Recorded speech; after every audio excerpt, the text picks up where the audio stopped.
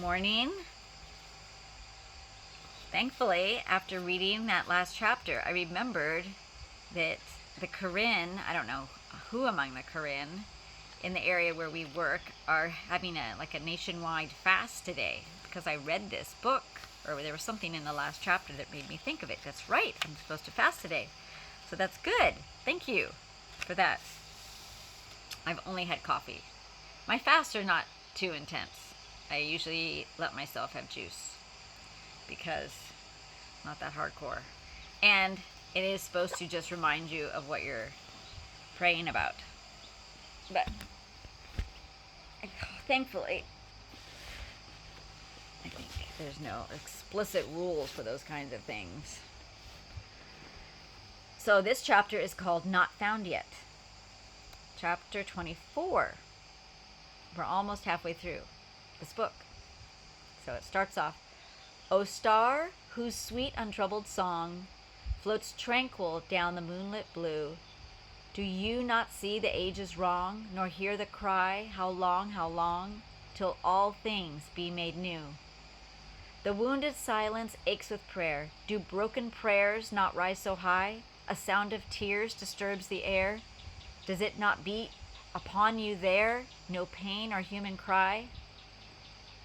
'Tis dawn has lit his beacon fire. His conqueror rides in his car. He comes, yea, nigher, nigher.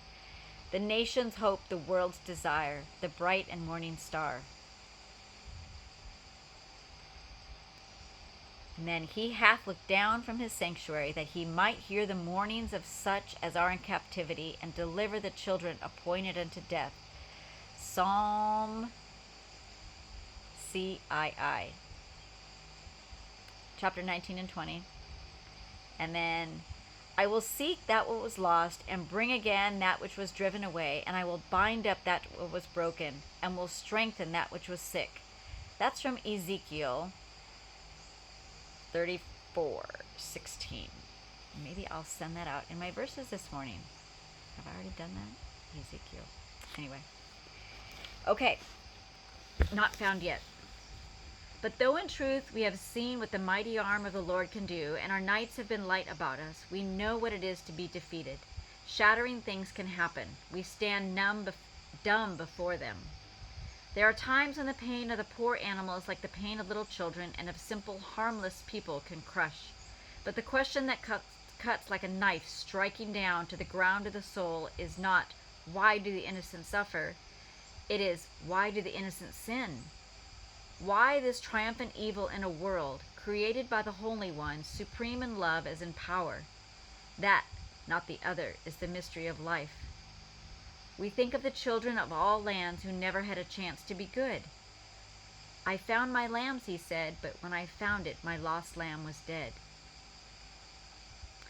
That is what breaks us. But we know only in part. All souls are thine, not the foeman's conquering Christ, and lost means not found yet. One of these who is not found yet, and for whom we still watch, is Runji. When we first saw her, she was a little girl of 9.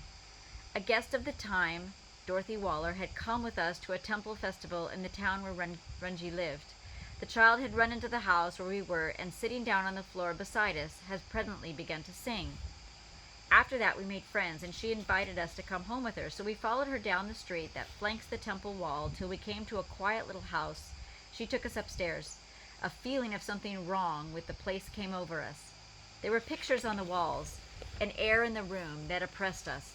But even then we did not know, for a temple house is like any other in the street, and people of the house were at the festival, till to some chance word, the child's laughter rang out, and she told us that she was going to be a servant of the gods. We were sitting close together. The child's hands were in ours, her brown eyes fixed on us till with surprise, then compassion. Tears? She exclaimed. Tears? Oh, why? Am I not going to be just what you are? Are you not also servants of God? This passed tears. We sat speechless, looking into those puzzled, compassionate eyes. How could we make her understand? How snatched from the terrible, this innocent prey? We talked a while, opening things to her, but she was too bewildered at first to understand. Then, as gradually it broke upon her that this which she had been taught to look upon as an honor, was a thing of shame. Her hands caught ours with a clasp that would hardly let go. We had to leave her then. We would have given all we would possess to carry her off that night. Soon afterwards, the child was writhing in convulsions. She had never been so before. Our visit was the cause, the people said. The god was angry. He was punishing her. The house was ceremoniously cleaned with the 5 products of the cow, and the god was placated with offerings. Then Runji recovered. We prayed for her unceasingly. 40 pounds had been spent by her adopted mother on her dancing lessons, and a friend at home, hearing of this, sent that sum to redeem her. The foster mother laughed. Then the child, understanding better now, tried to escape to us. She was overtaken, caught, dragged home, beaten, shut up, and watched day and night. Gradually desire faded. The temple gathered her into its shadows, but that child's need was the call of God to Dorothy Waller to give her life for the temple children of India. 11 years later, she saw Runji again, and she wrote of that piteous meeting. There were a brass band and singing, and a crowd watching as 2 great figures like gigantic dolls, which were carried by men inside them, bowed and danced their way along the street. They must have been likenesses of a god and goddess, and there was something unspeakably vile in their loathsome expressions as they turned to each other and to the crowd. The temple elephant was resplendent in magenta and gold trappings. Behind him, and immediately in front of the palanquin containing the god, walked Brahmin men. The procession was followed by a number of Brahmin women. There were no women in the procession except 2, and as they passed in front of our house and stopped to read the text painted in red letters on zinc sheets which hung in the veranda, I recognized one. It was Runji. One evening, Mimosa and I found her sitting on the inner veranda of the house of the temple women who lived next door. She looked thin and tired, and somewhat receding forehead, plastered with black ointment, threw into prominence the great dark eyes which never left my face as she listened with the thirst of barren years to the story of Calvary. "Go on, tell me more. I do understand," she said with almost impatient eagerness, when I stopped to find out how much she had taken in. When I finished, Mimosa talked to her, beginning by speaking of temptations which must come. "Temptations, yes, I know them," she remarked, and settled herself to listen. She interrupted with many questions as how it was possible to live alone among the heathen. Mimosa then turned to the elderly temple woman, who was also listening, and I had a talk with Runji. She edged nearer and nearer, all thought of caste defilement forgotten. As it came home to her that the salvation we told of her was really for her, that she too might have with her always the same protecting one who kept Mimosa safe in every danger, it seemed to dawn on her that the one she had as a child wished to serve, not forgotten her, would never forsake her if she put her trust in him. The time before, the first time we had visited her, Jasmine was with me, and Runji had been too sad to speak much, but now it seemed as though hope had begun to dawn, in the assurance that a Savior had indeed come for sinners such as she.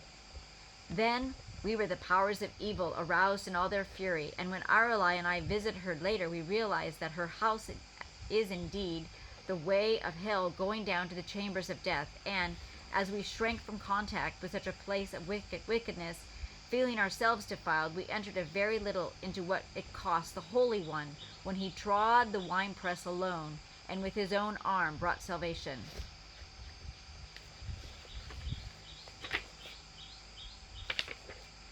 Oh, is that the end of the chapter? 74, 75. Yes, 76. All right, so anyway, they've come to meet this little girl who grew up in the temple's issues, and gave her some encouragement.